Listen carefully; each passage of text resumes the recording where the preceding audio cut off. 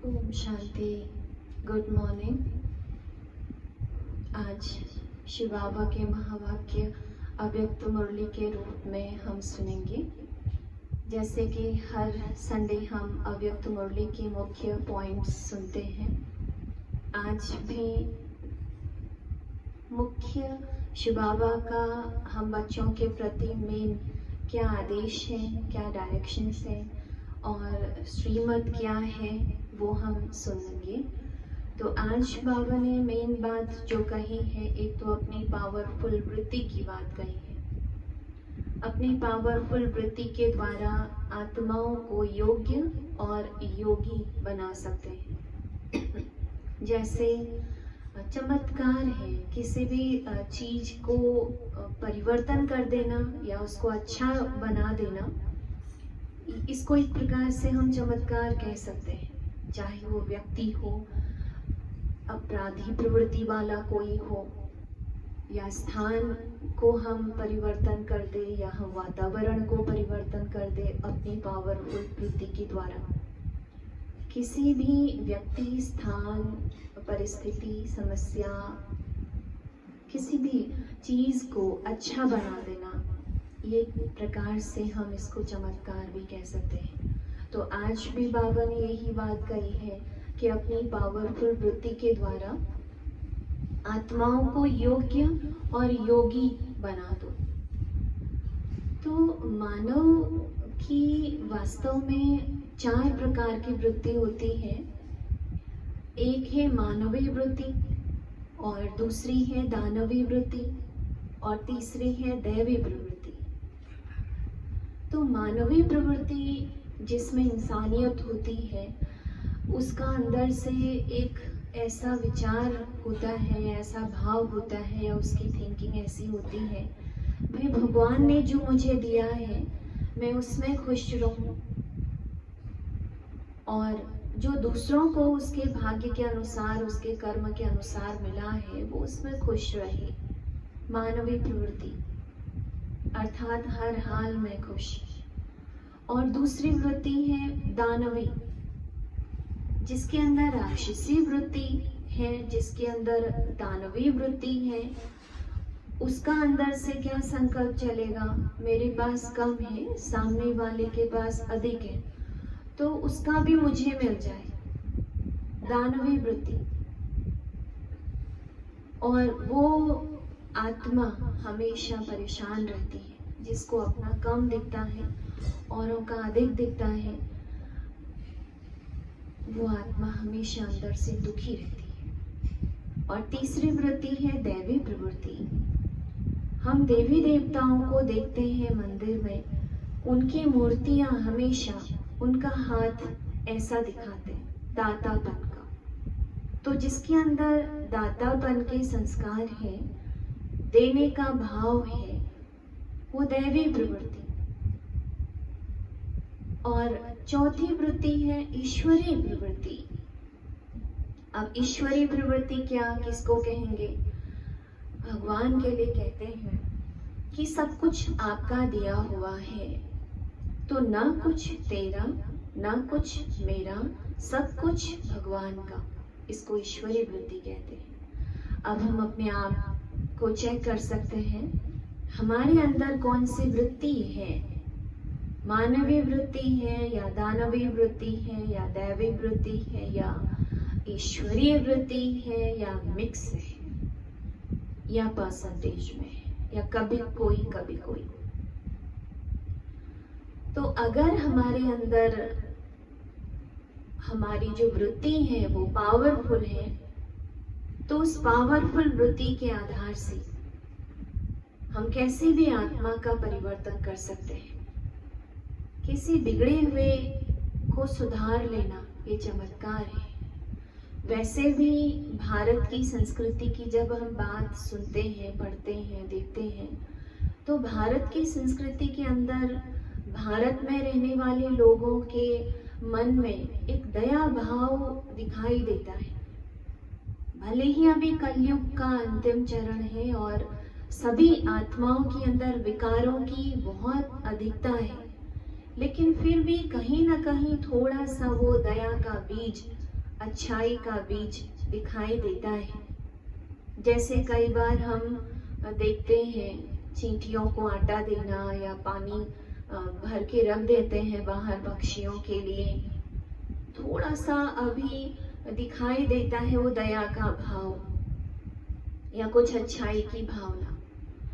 और उससे पहले अगर हम ऋषि मुनियों की कहानियां उनके बारे में पढ़ते हैं तो उनके अंदर कितना ये भाव था दया का, कि कैसी भी अपराधी प्रवृत्ति वाली आत्मा हो, दया के आधार से, क्षमा के आधार से उस आत्मा का परिवर्तन कर देना, अपनी वृत्ति से सामने वाली आत्मा की अपराध की प्रवृत्ति को खत्म कर देना।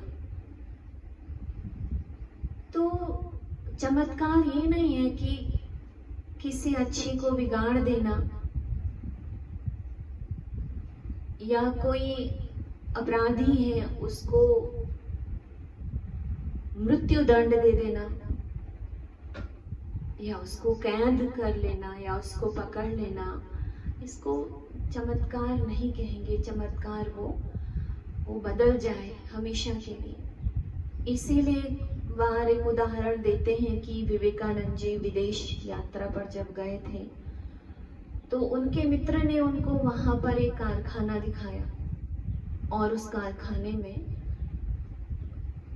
क्या चमत्कार उन्होंने दिखाया कि एक मशीन में जीवित भैंस को डाल देते थे और उस भैंस की हड्डियां अलग हो जाती थी, उसका ब्लड अलग हो जाता था और उसका मांस अलग हो जाता था। तो ये कारखाना देखकर विवेकानंद जी के मन में बहुत अच्छा भाव पैदा नहीं हुआ। उन्होंने अपने मित्र को बोला, महानता तो तब थी जब जीवित भैंस बाहर निकल आई। तो मेरा कहने का भाव यह है कि हमारे अंदर ऐसी ईश्वरीय प्रवृत्ति या दैवी प्रवृत्ति उत्पन्न हो जाए, पावरफुल वृत्ति हमारी हो जाए, जो हम बिगड़े हुए को सुधार सके, योग्य बना सके, उसको अच्छा बना सके। तो आज बाबा ने ये काम दिया है कि अपनी पावरफुल वृत्ति के द्वारा अन्य आत्माओं को भी योग्य और योगी बनाओ। ये बाबा ने आज मेन डायरेक्शन ये दिया है। और दूसरी बात आज बाबा ने बहुत अच्छी कही है कि रूहानी पर्सनालिटी और जिस्मानी पर्सनालिटीज में क्या फर्क है। शारीरिक पर्सनालिटी को देखो, आज हम देखते हैं कि शरीर की तरफ अर्थात शारीरिक पर्सनालिटी को मेंटेन करने में आत्माएं कितना खर्चा करती हैं और हालांकि अपनी वैल्यूज को खत्म करके भी वो अपनी शारीरिक पर्सनालिटी को ठीक करने में लगी रहती है। लेकिन बाबा ने हमको एक बहुत अच्छी बात बताई है, झूठी काया, झूठी माया, झूठा सब संसार। अर्थात ये काया झूठी है, इसको हम कितना भी ठीक कर लें, कितना भी इसके ऊपर हम खर्च करें, कितना भी हम अपनी पर्सनालिटी को मेंटेन करके रखें, इसमें परिवर्तन तो होना ही है। अगर शरीर की तरफ देखते हैं, आंखें बहुत सुंदर हैं, लेकिन उन आंखों में अगर दया नहीं है, आवाज बहुत अच्छा है लेकिन कटु बोल निकल रहे हैं, तो क्या उस शरीर की पर्सनालिटी को हम महत्व दे सकेंगे? वो शारीरिक पर्सनालिटी किसी को अच्छी लगेगी? तो आज बाबा ने रूहानी पर्सनालिटी किसको कहते हैं और शारीरिक पर्सनालिटी किसको कहते हैं, इस बात को भी बाबा ने क्लियर किया है। अर्थात इस शारीरिक पर्सनालिटी को भी बनाने के लिए इस शरीर के अंदर जो रूह है, उस रूह को हमें अच्छा बनाना है। रूह अगर अच्छी हो जाएगी तो हमारी जो शरीर की पर्सनालिटी भी है ये भी अच्छी हो जाएगी। कई बार हम आत्मा की तरफ तो ध्यान देना बंद कर देते हैं और हमारा सारा फोकस शरीर की तरफ होता है, जिससे हम ना आत्मा को मेंटेन कर पाते हैं और ना शरीर को मेंटेन कर पाते हैं। तो आज तो बाबा ने बोला रूहानी पर्सनालिटी अर्थात पवित्रता, प्योरिटी। अगर पवित्रता है तो सबसे बड़ी पर्सनालिटी वही है। साधारण होते हुए भी बाबा कहते हैं तुम्हारी वो पर्सनालिटी दूर से ही लोगों को अपनी तरफ आकर्षित करेगी। तो प्योरिटी की पर्सनालिटी। और दूसरा बाबा ने कहा रूहानी पर्सनालिटी अर्थात प्रसन्नता, क्योंकि जो प्रसन्न व्यक्ति होता है उसके साथ लोग बैठना पसंद करते हैं, उससे लोग बातचीत करना पसंद करते हैं, उसके साथ उठना बैठना लोगों को अच्छा लगता है।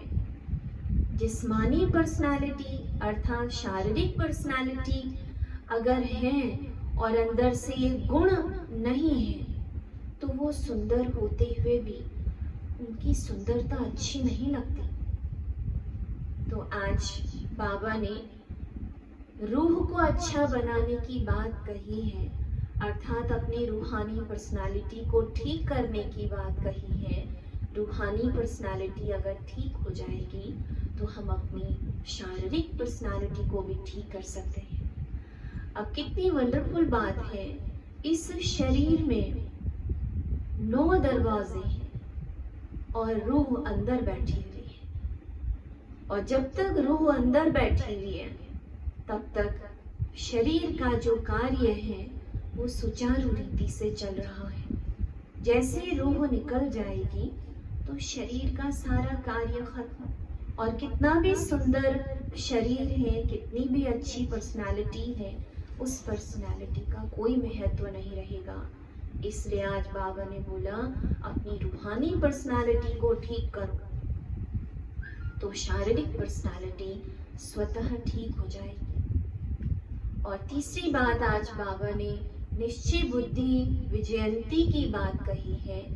शास्त्रों में पांडवों को दिखाते हैं कि पांडवों को अंदर से ये विश्वास था कि हमारे साथ श्री कृष्ण है तो विजय हमारी निश्चित है।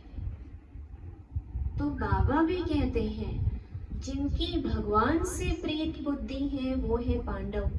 तो हम सब पांडव हैं क्योंकि हमारी परमात्मा से प्रीत है।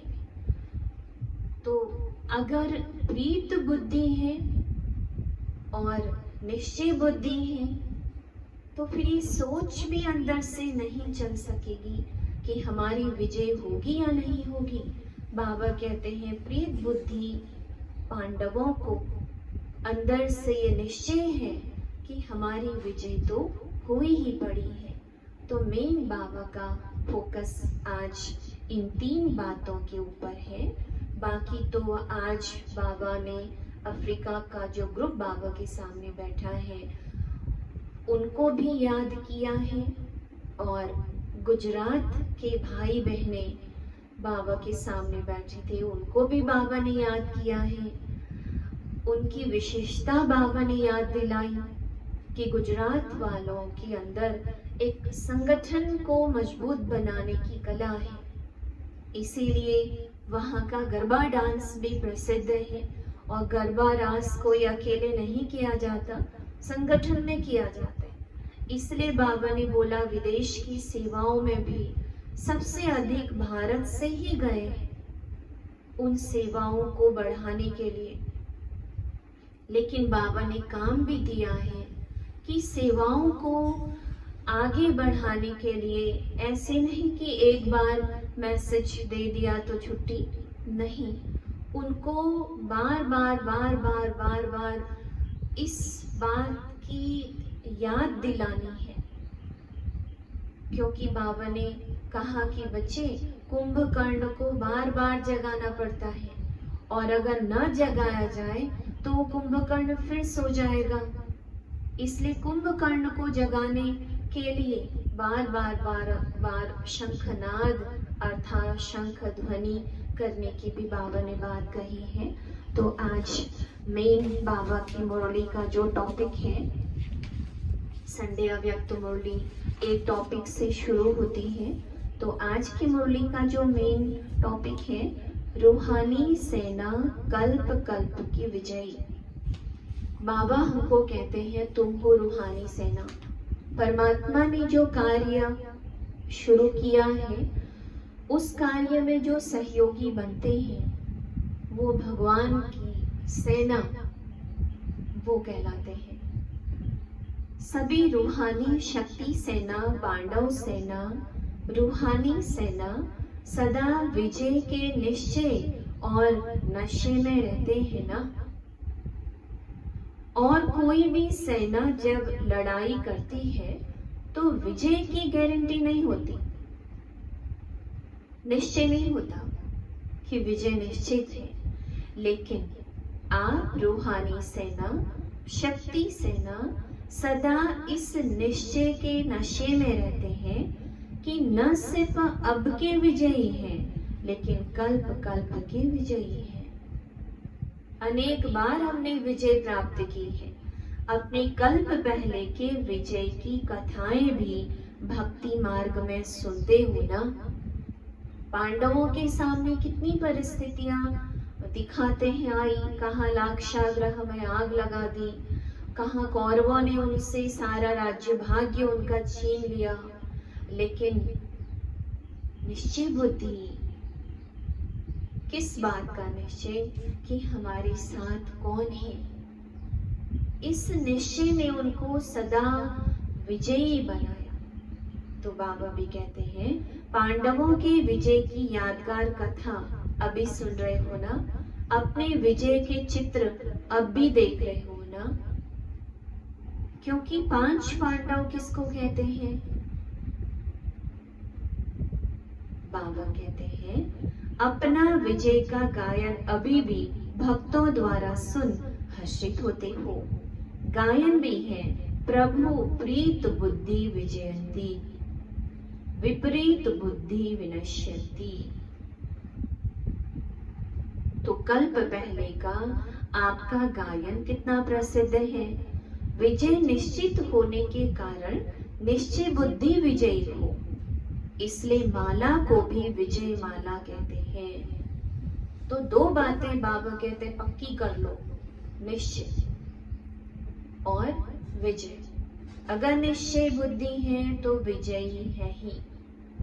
और निश्चय और विजय के बीच में बाबा ने एक बात को और ऐड किया है, नशा। अगर निश्चय है तो नशा रहेगा कि विजय मेरी हुई ही पड़ी। तो 3 बातें याद रखें, निश्चय, नशा और विजय।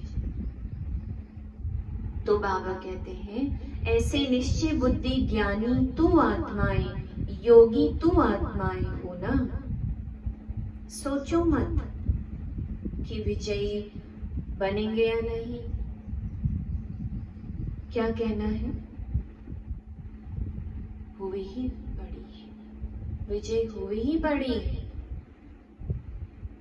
ये याद रखना है। तो फिर बाबा के सामने आज अफ्रीका का ग्रुप बैठा है। आज अफ्रीका के ग्रुप का टर्न है। ऐसे तो सभी मधुबन निवासी हो। आज बाबा ने कहा कोई कहीं भी रहता है बाबा का बच्चा, चाहे सेंटर पर रहते हैं, चाहे घर परिवार में रहते हैं। जब से बाबा के बने, हमारा परमानेंट घर कहाँ है? मधुबन और परमधाम।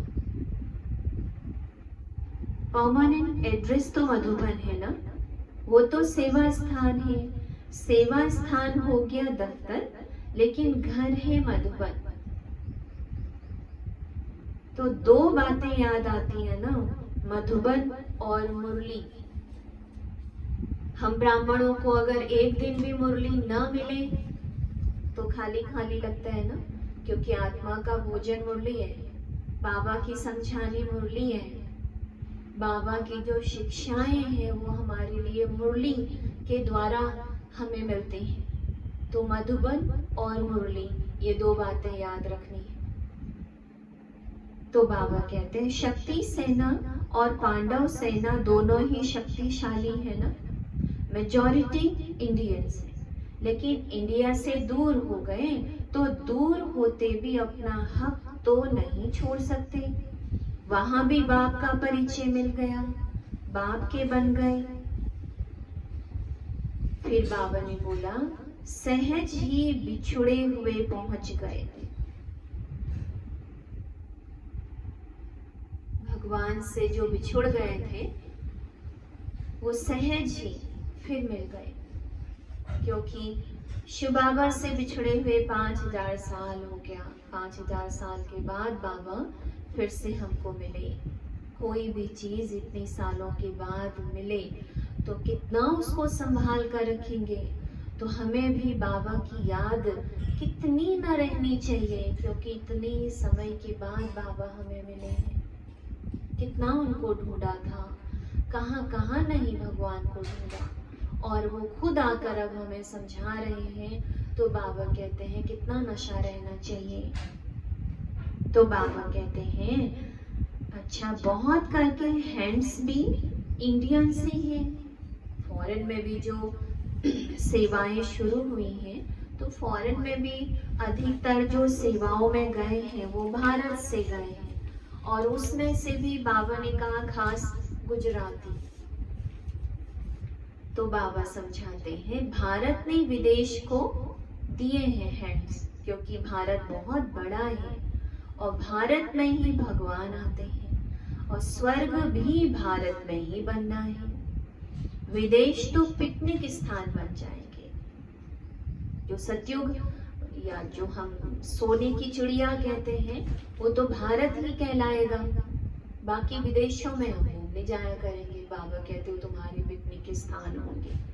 तो सभी एवर रेडी हो, अब ऐसा पुरुषार्थ करना है। जगाते रहो, बाबा कहते हैं जो भी संबंध संपर्क में आए हैं उन्हों को जगाते रहना चाहिए, नहीं तो थोड़ी आंख खोल फिर सो जाते हैं।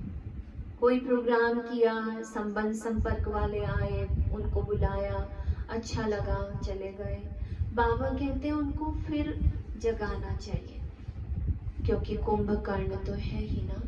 नींद का नशा तो होता है, अज्ञानता की नींद का नशा तो है ना, विकारों का नशा तो है, पुरानी संस्कार स्वभाव का नशा तो है। इसलिए ज्ञान के आधार से उनको जगाना है। बाबा कहते हैं नींद का नशा होता है तो कुछ भी खा पी भी लेते तो भूल जाते। कुंभकर्ण भी ऐसे है ना, कहेंगे हाँ फिर आएंगे, ज्ञान बहुत अच्छा लगा, कहेंगे फिर आएंगे, ये करेंगे, लेकिन फिर पूछो तो कहेंगे अरे याद ही नहीं रहा, टाइम ही नहीं मिला, या कहेंगे फुर्सत नहीं है हमें। इसलिए बार बार उनको जगाना पड़ता है। ये बाबा ने काम दिया है। अगर किसी को बाबा का परिचय दिया है तो उसको बार बार जगाए, जब तक वो बाबा का हाथ न पकड़ ले, जब तक निश्चय बुद्धि बच्चा न बन जाए, तब तक उसको जगाते रहना है। फिर बाबा कहते हैं हर स्थान पर कोई न कोई बाप के बिछुड़े हुए रतन है ही ना। जहां भी पांव रखते हैं तो कोई न कोई निकल आते हैं। बेपरवाह निर्भय होकर के सेवा में लगन से आगे बढ़ते हैं तो पदम गुणा मदद भी मिलती है। मदद किसको मिलती है? जो हिम्मत रखकर बाबा की सेवा में आगे बढ़ता है। बाबा उनको पदम गुणा मदद देते हैं। तो बाबा ने फिर अगली बात बताई, अब रूहानी पर्सनालिटी द्वारा सेवा करो। वाचा सेवा कर रहे हैं, किसी को बाबा का परिचय देना और किसी को ज्ञान की अच्छी अच्छी बातें सुनाकर उनको जागृत करना, ये तो करते हैं। अब बाबा क्या कहते हैं? रूहानी पर्सनालिटी द्वारा सेवा करो। आप ब्राह्मणों जैसी रूहानी पर्सनालिटी सारे कल्प में और किसी की भी नहीं है, क्योंकि आप सबकी पर्सनालिटी बनाने वाला ऊंचे ते ऊंचा स्वयं भगवान है। आपकी सबसे बड़े ते बड़ी पर्सनालिटी क्या है? स्वप्न व संकल्प में भी संपूर्ण प्योरिटी। इस प्योरिटी के साथ साथ चेहरे और चलन में रूहानियत की भी पर्सनालिटी। अभी इस पर्सनालिटीज में सदा स्थित रहो तो सेवा स्वतः होगी। जैसे मूर्ति एक जगह स्थित होकर एक जगह मूर्ति की स्थापना करते हैं, सब उस मूर्ति के सामने आकर कोई शक्ति ले रहा है मूर्ति से, कोई धन मांग रहा है, कोई शांति मांग रहा है उस मूर्ति से, जिसकी जो अंदर से इच्छा है, डिमांड है, वो मूर्ति से अनुभव कर रहा है। तो बाबा भी कहते हैं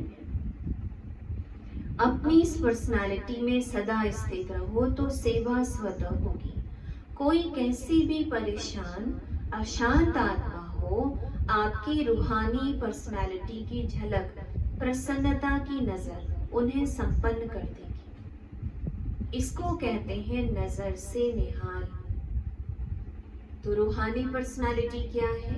एक तो संकल्प और स्वप्न में भी पवित्रता।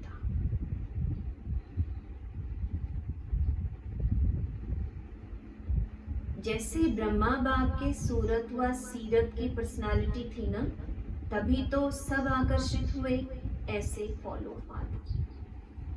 अब क्या करना है? आज बाबा ने कहा अगर अपनी पर्सनालिटी को ठीक रखना है तो अपना जो मूड है उसको बदली मत करो। अब मंदिर में मूर्ति विराजमान है और मूड चेंज होता रहे मूर्ति का, कैसा लगेगा? हमेशा शांत हर्षित दिखाते हैं उस मूर्ति को। तो बाबा भी कहते हैं रूहानी पर्सनालिटी अर्थात बाबा ने बोला पवित्रता, फिर रूहानी पर्सनालिटी अर्थात प्रसन्नता। रूहानी पर्सनालिटी मूड बदली नहीं करना, हमेशा मूड चेयरफुल और केयरफुल रखो। कारण कुछ भी हो, उस कारण का निवारण करो। सदा प्रसन्नता की पर्सनालिटी में रहो। प्रसन्न चित्त रहने से बहुत अच्छे अनुभव होंगे। प्रसन्न चित्त आत्मा के संग में रहना, उनसे बात करना, बैठना सबको अच्छा लगता है। तो लक्ष्य रखो कि प्रश्न चित्त नहीं, प्रसन्न चित्त रहना है। तो रूहानी पर्सनालिटी अर्थात प्रश्नों की जो क्यू है वो ना हो अंदर से, प्रश्न चित्त नहीं बल्कि प्रसन्न चित्त। तो आप बच्चे बाहर के रूप में भले साधारण पर्सनालिटी वाले हो, लेकिन रूहानी पर्सनालिटी में सबसे नंबर 1। जितना जितना जो पवित्र है उतनी उनकी पर्सनालिटी न सिर्फ दिखाई देती है बल्कि अनुभव भी होती है। जितनी पवित्रता है उतनी ब्राह्मण जीवन की पर्सनालिटी है। अगर पवित्रता कम है तो पर्सनालिटी कम है। ये प्योरिटी की पर्सनालिटी सेवा में सहज सफलता दिलाएगी। आज तो बाबा कहते हैं विकार का अंश भी ना हो। सफेद वस्त्र में अगर थोड़ा सा भी दाग होता है वो भी दिखाई देता है। तो बाबा भी कहते हैं विकार का अंश मात्र भी ना हो। आजकल 2 प्रकार की पर्सनालिटी गाई जाती है, एक शारीरिक पर्सनालिटी, दूसरी पोजीशन की पर्सनालिटी। ब्राह्मण जीवन में जिस ब्राह्मण आत्मा में संतुष्टता की महानता है, उनकी सूरत में, उनके चेहरे में भी संतुष्टता और श्रेष्ठ स्थिति के पोजीशन की पर्सनालिटी दिखाई देती है। पर्सनालिटी में क्या देखते हैं? नयन, चैन, शरीर, ये सब देखते हैं ना। तो बाबा भी क्या कहते हैं? जिनके नयन चैन में, चेहरे में, चलन में संतुष्टता की पर्सनालिटी दिखाई देती है, वो तपस्वी है।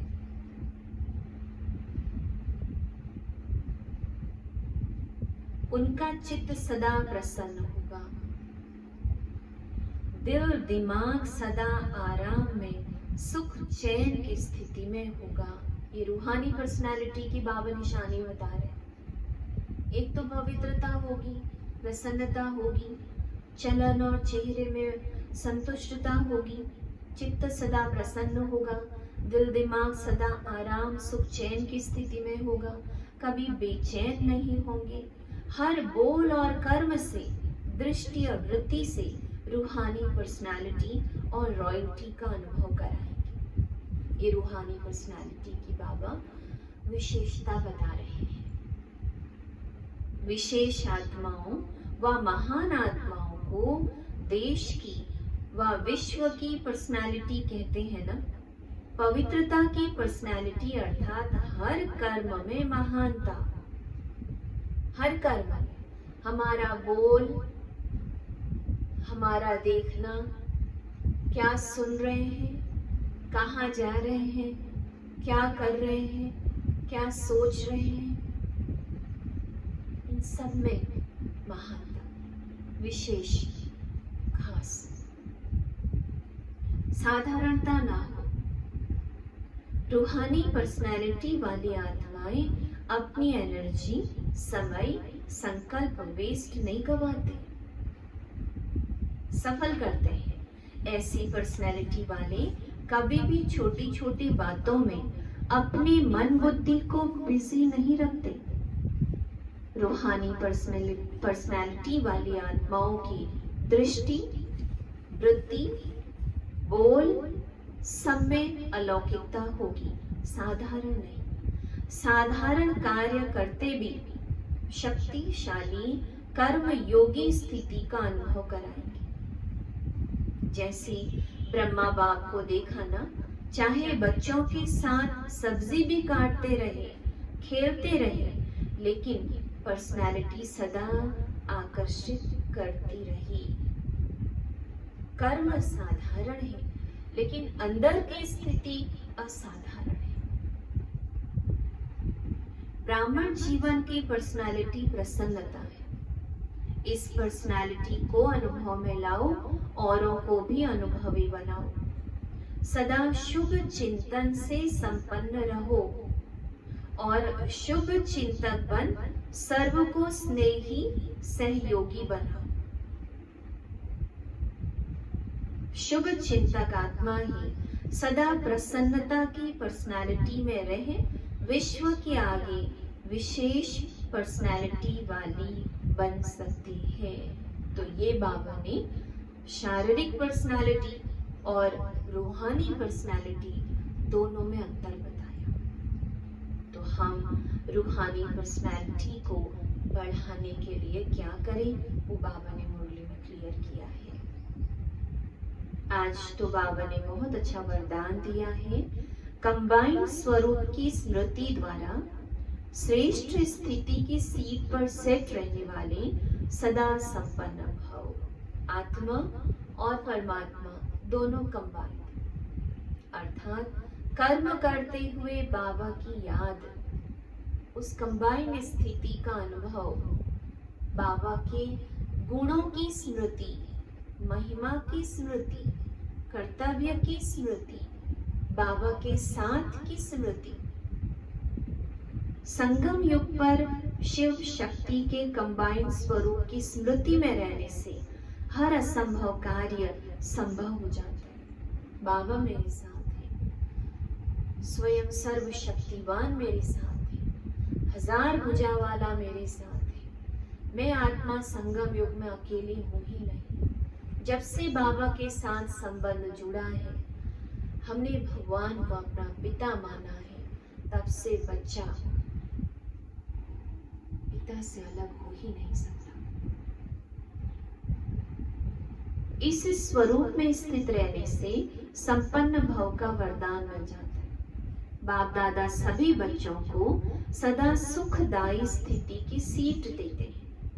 भगवान सुख का सागर है, तो सीट हम बच्चों को कौन सी देते हैं? सुखदायी, कांटों की दुखदायी सीट नहीं, सुखदायी सीट। सदा इसी सीट पर सेट रहो तो अतीन्द्रिय सुख के झूले में झूलते रहेंगे। सिर्फ क्या करना है? विस्मृति के संस्कार समाप्त करो। भूलना नहीं है, अपने कंबाइंड स्वरूप को विस्मृत नहीं होने देना। मैं और मेरा बाबा दोनों कंबाइंड हैं। तो अगर कंबाइंड स्वरूप की स्मृति में रहेंगे तो अतीन्द्रिय सुख के झूले में झूलते रहेंगे और सुखदायी सीट पर बैठेंगे। आज बाबा ने स्लोगन दिया है, पावरफुल वृत्ति द्वारा आत्माओं को योग्य और योगी बनाओ। हम किसी को शब्दों से, अपनी वाणी से नहीं सुधार सकते। हर आत्मा के प्रति अगर हमारे मन में शुभ चिंतन है, श्रेष्ठ चिंतन है, कल्याण की भावना है और शक्तिशाली वृत्ति है, तो कैसी भी आत्मा का हम परिवर्तन कर सकते हैं। तो ये बाबा ने आज काम दिया है। तो क्या करेंगे? आज का होमवर्क क्या है? सबसे पहली बात, निश्चय बुद्धि बनना है, क्योंकि निश्चय बुद्धि विजयंती। तो निश्चय में कमी ना आए, कहीं भी किसी भी प्रकार का संदेह उत्पन्न नहीं होने देना है। अर्जुन को भी दिखाते हैं, जब उसके सारे संदेह खत्म हुए तब वो शरणागति हुआ। तो हम भी अगर भगवान की शरण में जाना चाहते हैं, प्रीत बुद्धि बनना चाहते हैं, तो सबसे पहले चाहिए निश्चय। और सेकंड पॉइंट है, कंबाइंड स्वरूप की स्थिति में रहना है। मैं और मेरा बाबा दोनों कंबाइंड है, शिव और शिव की शक्ति दोनों कंबाइंड है। और बाबा ने कहा कंबाइंड स्वरूप की स्मृति में रहेंगे तो अतीन्द्रिय सुख के झूले में झूलते रहेंगे। और तीसरी बात है, अपनी रूहानी पर्सनालिटी को मेंटेन करना है। रूहानी पर्सनालिटी को मेंटेन करने के लिए बाबा ने कितनी अच्छी बातें बताई। एक तो पवित्रता चाहिए, दूसरा प्रसन्नता चाहिए, तीसरा संतुष्टता चाहिए, चौथा शुभ चिंतन, शुभ चिंतक, कल्याण की भावना। ये सारी बातों को ऐड करके हम अपनी रूहानी पर्सनालिटी को बना सकते हैं। और हमारी जो रूहानी पर्सनालिटी बनाने वाला है स्वयं ऊंचे से ऊंचा भगवान। तो अगर बनाने वाला इतना ऊंचा है, शक्ति देने वाला इतना ऊंचा है, प्राप्ति कराने वाला इतना ऊंचा है, तो क्यों नहीं हम मेहनत करके अपनी रूहानी पर्सनालिटी को बनाएं। तो ये थी आज की बाबा की मुरली की मेन पॉइंट। तो क्या करेंगे आज का होमवर्क है, एक तो निश्चय बुद्धि बनकर रहना है, और दूसरा कंबाइंड स्थिति में रहना है, और तीसरा अपनी रूहानी पर्सनालिटी को मेंटेन करके रखना है। और इसी में बाबा ने एक बात और भी कही थी, अपनी मूड्स को चेंज नहीं करना है। तो ये है भगवान जी के डायरेक्शंस। ओम शांति।